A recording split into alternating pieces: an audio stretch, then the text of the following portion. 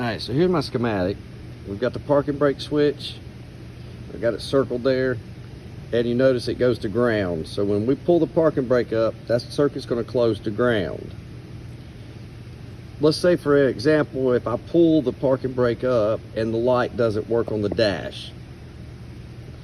There's ways that I could test it to make sure that that's the only problem. I'm not worried about too much about all this here, as you'll see here in a second. But one thing I want you to notice too, if you notice, this is hooked to ground. This also goes up to my brake fluid level switch. This switch would act the same way as my parking brake switch. Now I'm gonna go ahead and do it in the car here because I've got the console out. The switch is right here. So the way that works, when I pull that up, the bottom of that switch is going to contact ground. That should make the brake light come on. So let's say, for example, I've got my test light. I've got it hooked to ground. It's hooked to the floorboard seat under here. If I give this circuit a ground, get you zoomed in here, okay.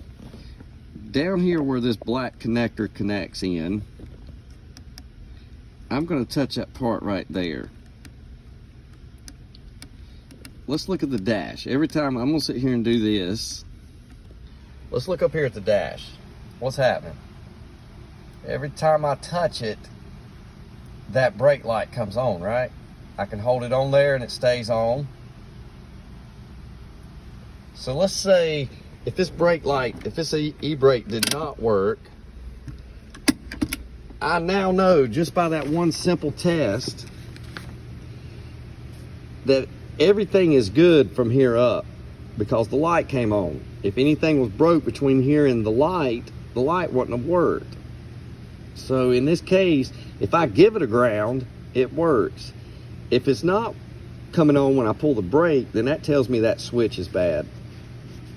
100% switch is bad. The rest of the circuit's okay, the fuse is okay, the bulb's okay, no other problems. Thanks for watching. Like and subscribe.